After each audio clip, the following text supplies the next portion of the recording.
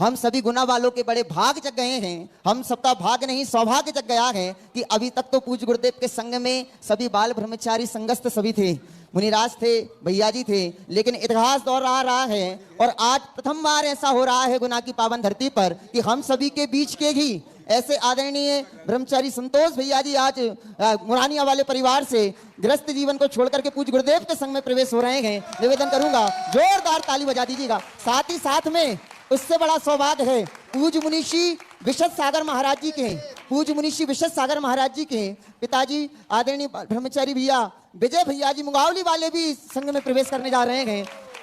दोनों भैया जी से निवेदन करूंगा कि आप दोनों मंच के निकट पूज्य गुरुदेव के श्री चरणों में पहुंचे, आशीर्वाद ग्रहण करें।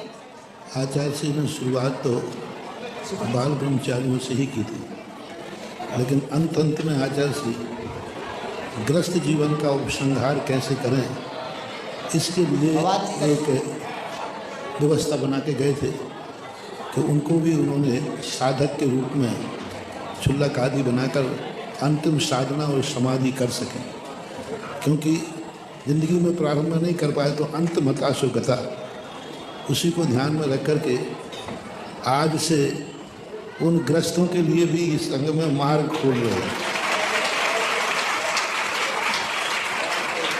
अभी ज़्यादा तो नहीं लगे क्योंकि संभालने के लिए बहुत कम लोग होते हैं। तो हमारे विशद सागर जी महाराज हैं, इन्होंने कहा आप बाल ब्रह्मचारियों को संभालो और ये वृद्ध लोगों को हमें दे देना, हम संभाल लेंगे। तो क्योंकि संभालने वाले होना चाहिए, उन्होंने कहा कि वृद्ध लोगों को हम संभाल लेंगे। तो ये और एक महाराज और विशद सागर जी महाराज हैं, बहुत अच्छी साधना, अच्छे सोच, अच्छा ज्ञान, बहुत क्रांतिकारी साधु हैं। वो भी उन्होंने भी यह बात ग्रस्तों को संभालने की बात उनके मन में भी है। तो ये उनके विशद सागर जी के ग्रस्त अवस्था के पिताश्री हैं, इन्होंने कई दिन से आके कह रहे थे, मुझे सोचते हैं फिर एक यहाँ तुम्हारे गुना के हो गए, हमने चलो अब दूध हैं तो आज का दिन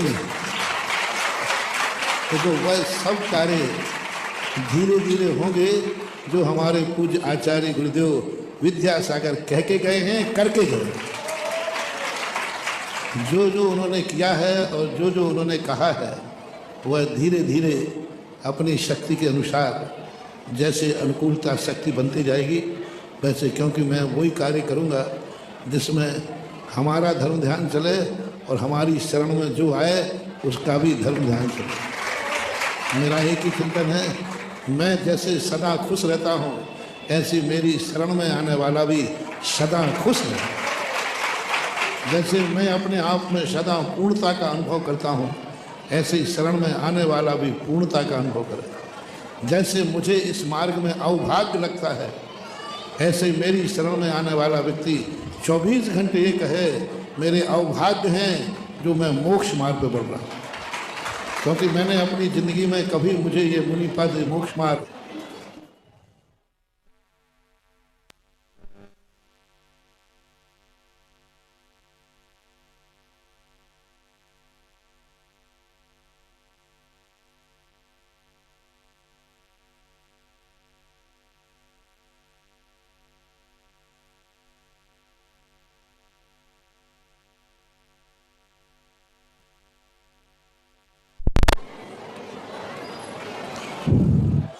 कभी आवाज आ रही,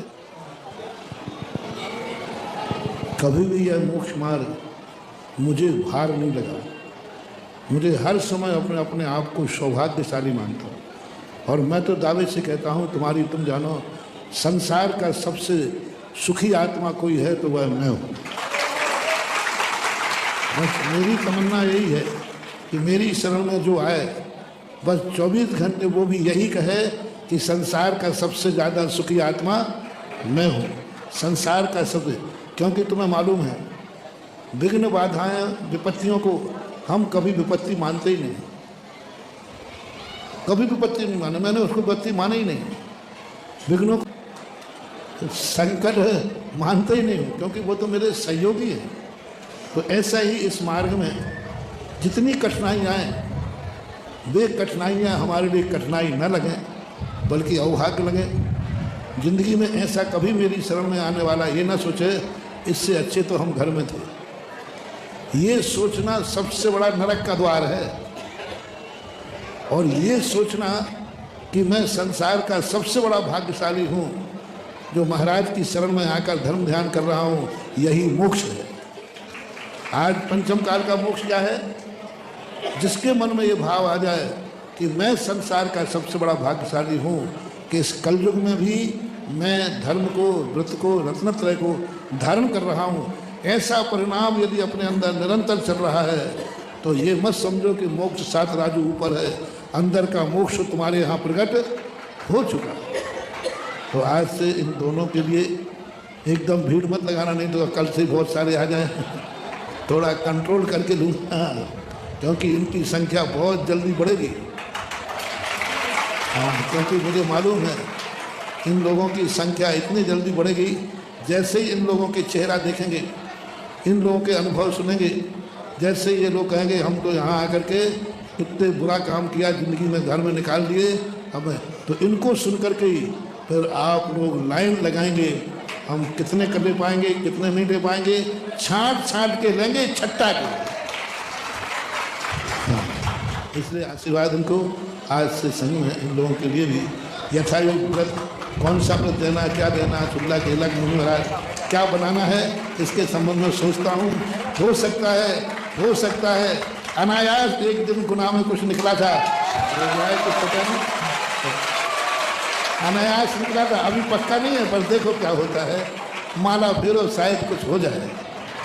वास्तविकता में आज का दिन पूरे भारतवर्ष के लिए, गुनाह के लिए इतिहास बन गया है, क्योंकि अभी तक जो नहीं हुआ था वह हो चुका है। इसलिए भैया पूरे भारत की समाज से कहूंगा, सकल दिगंबर जैन गुना की जैन समाज से कहूंगा कि अब देर मत करो, अब तो केवल भावना भाव, मैं भी भावना भाता हूं और आप भी भावनाएं भाव कि अब तो महाराज जी का जो संग है वह अति शीघ्रता चतुर्विध संग रूप में परिवर्तित हो जाए, ऐसी मंगल भावनाएं हम सब भाते हैं। और साथ ही साथ में पूज्य श्री का जिस दिन आगमन गुना की पावन धरती। अब देखो, अब तक इन्होंने सब बाल बच्चा, कुटुंब, परिवार, मकान, जायदाद, आज से इनका सब कुछ त्याग है।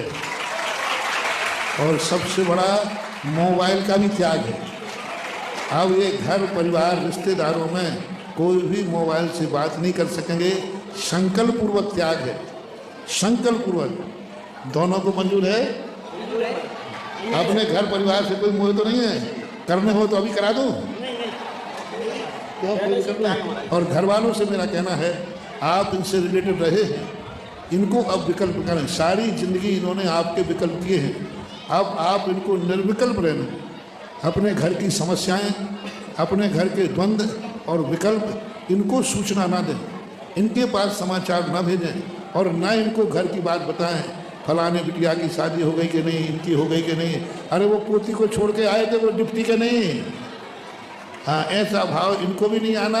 और आपको सबसे पहला तो हम घर वालों से कहना चाहता हूँ, इन्होंने जिंदगी भर तुम्हारे ऊपर उपकार किया है, तो अब तुम्हारा उपकार यही है कि इनसे संबंध नहीं रखना, ये तुम्हारा सबसे बड़ा सहयोग है। घर गृहस्थी की बात इनको सुनाना नहीं। और दोनों महाराजों से कहना है, हम लोगों को आचार्य से कहा करते थे कि अपन लोग बहुत अच्छे हैं, अधिक तक घर की याद आएगी तो कितनी आएगी। हम लोग इतनी छोटी उम्र में आ गए तो हम लोगों को घर की याद आएगी तो कितनी आएगी, गिल्ली डंडा की, पढ़ाई लिखाई की और दंड फंद की यादें आने वाली। लेकिन ये तो पता नहीं क्या क्या करके आएंगे, दुनिया भर के दंड फंद किए हैं, दुनिया भर के संसार के कार्य, उन सब चीज़ों से आप दोनों के मन में अब ये सब संसार की बातें नहीं आना चाहिए। परिवार का बिल्कुल विकल्प पर, घर में क्या हो रहा है, क्या नहीं हो रहा है, कौन नाती पोता क्या कर रहा है, नौकरी सर्विस, अब तुम्हारे मन में आकर कोई सुनावे तो भी आपको क्या कहना है, हमारे लिए अब कोई मतलब नहीं है, सुनना ही नहीं। तो इनका मार्ग परिग्रह, धन नहीं, दौलत नहीं, कुछ नहीं, ये धोती दुपट्टा है, एक लंगोट है, ये 3 वस्त्र हैं और 3 वस्त्र बदलेंगे तो 6 हो गए। और नैपकिन आदि छोटा सा है, अभी यही है। और किताबें दे दी, अब ना बाल्टी है, ना गुंडी है, ना तमड़ी है, ना लोटा है, ना गिलास है, शुद्धि के लिए मात्र एक कमंडल है बस।